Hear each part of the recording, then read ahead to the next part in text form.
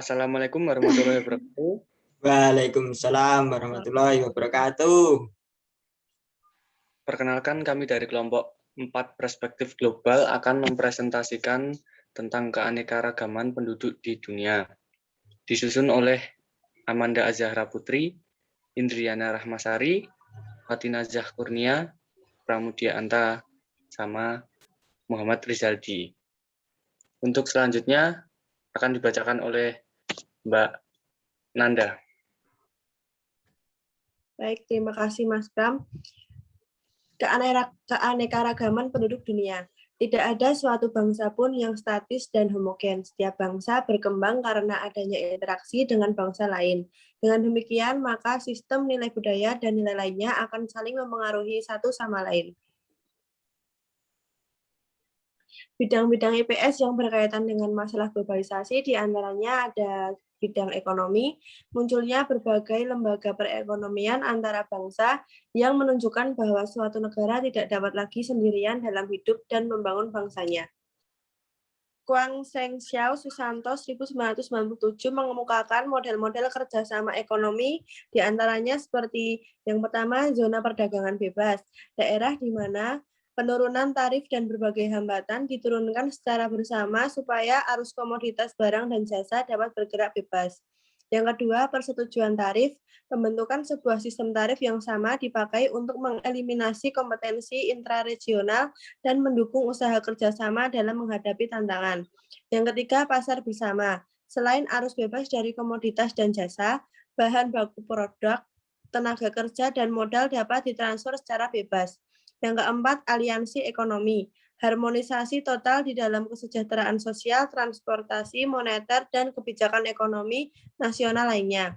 Yang terakhir, integrasi ekonomi secara penuh. Menurut Susanto, kerjasama ekonomi antar negara terutama di tingkat regional umumnya dari bidang perdagangan, kemudian memasuki sumber daya dan kebijakan ekonomi regional. Contoh kerjasama di bidang ekonomi dalam ASEAN diantaranya yang pertama ada ASEAN Free Trade Areas atau AFTA. AFTA ini merupakan salah satu perwujudan kerjasama ekonomi regional Asia Tenggara dalam rangka perdagangan bebas.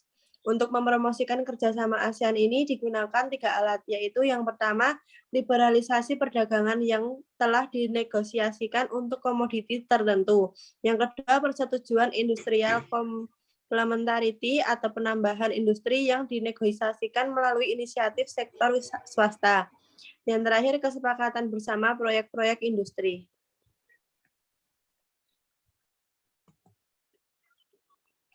ASEAN Pacific Economic Cooperation atau APEC. APEC merupakan kerjasama antar negara Pasifik termasuk Kanada dan Amerika. Indonesia juga melihat adanya peluang bahwa suksesnya perwujudan APEC dilihat dari 3 sisi. Susanto 1998. Yang A, pendekatan yang pragmatis dalam penerapan area-area substansial yang terdapat di dalamnya untuk kepentingan bersama. Yang B, pendekatan yang sensitif terhadap model-model pelaksanaan APEC. Yang C, konsultasi dan lobby yang ulet oleh Australia dalam pengembangan konsep APEC. Prinsip APEC menurut Susanto yang mengutip pendapat Luhu 5 adalah 1. Tujuan APEC adalah untuk mempertahankan pertumbuhan dan pengembangan dalam regional untuk meningkatkan standar kehidupan dan pertumbuhan ekonomi dunia. Kedua, APEC seharusnya memperkuat sistem perdagangan multilateral dan menghindari pembentukan blok perdagangan regional. Yang ketiga, APEC sebaiknya berkonsentrasi pada isu-isu ekonomi untuk meningkatkan kepentingan kerjasama dan mempromosikan interdependensi konstruktif dengan memperlancar arus barang, jasa, modal, dan teknologi. Yang kedua, geografi. Perkembangan ekonomi, politik, dan budaya saat ini tidak lagi mengenal batas geografis. Ini berarti bahwa tidak ada kekuatan dari pemegang otonomi daerah, negara, bahkan benua untuk membendung globalisasi. Oleh karena itu, globalisasi merupakan penduniaan tanpa tapal batas.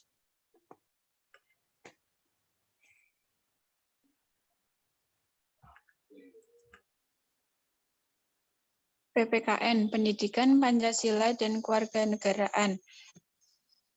Negara merupakan bagian penting dari suatu jalinan internasional. Oleh karena itu, peran negara dalam globalisasi sangat besar, disebabkan oleh kemajuan teknologi, sehingga suatu negara terkomunikasikan melalui berbagai media seperti satelit, internet, televisi, yang mampu menghubungkan suatu tempat dengan tempat lainnya dengan melewati batas-batas negara.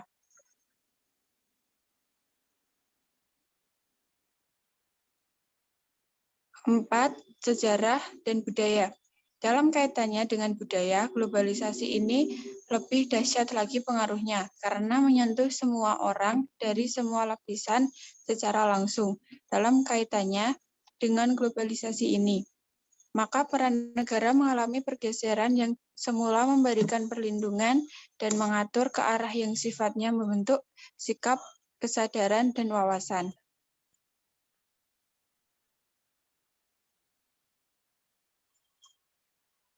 Pentingnya kesadaran dalam perspektif global. Kesadaran adalah kemampuan untuk melihat dirinya sendiri sebagaimana orang lain dapat melihatnya. Dalam kaitannya dengan masalah global, wawasan global adalah suatu pemahaman terhadap pengetahuan, fenomena, masalah, dan peristiwa yang bersifat global untuk kepentingan umat manusia, sehingga kita berusaha untuk mempertahankannya.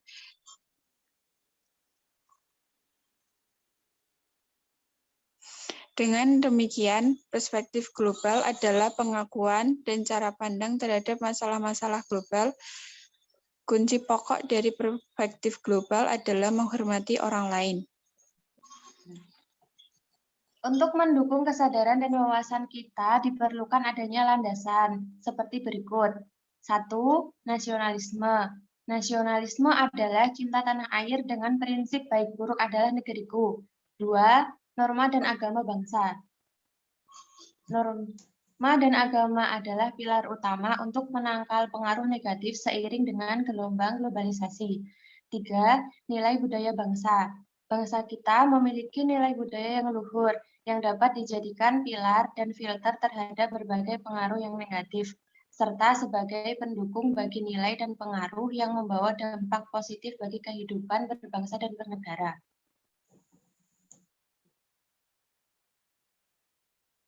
Menurut Emil Salim, dalam Mimbar Pendidikan tahun 1989, terdapat 4 bidang kekuatan gelombang globalisasi yang paling menonjol, yaitu kekuatan pertama yang membuat dunia menjadi transparan dan sempit adalah gelombang perkembangan iptek yang amat tinggi.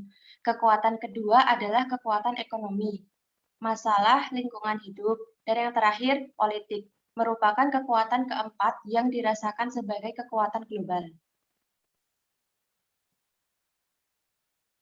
Pentingnya wawasan dalam perspektif global. Menurut Maka Giansar dalam Mimbar Pendidikan tahun 1989, agar dapat meningkatkan wawasan global ini, maka pendidikan memegang peranan penting. Melalui pendidikan, maka harus mampu mengembangkan 4 hal seperti berikut. 1. Kemampuan mengantisipasi. 2. Mengerti dan mengatasi situasi. 3. Mengakomodasi. 4. Mereorientasi. Kemudian saya kembalikan kepada moderator. Baik, terima kasih Mbak Amanda dan yang lainnya. Bila ada salah kata atau perkataan yang kurang berkenan, kami mohon maaf. Sekian dan terima kasih. Salam dan bahagia. Salam. Salam.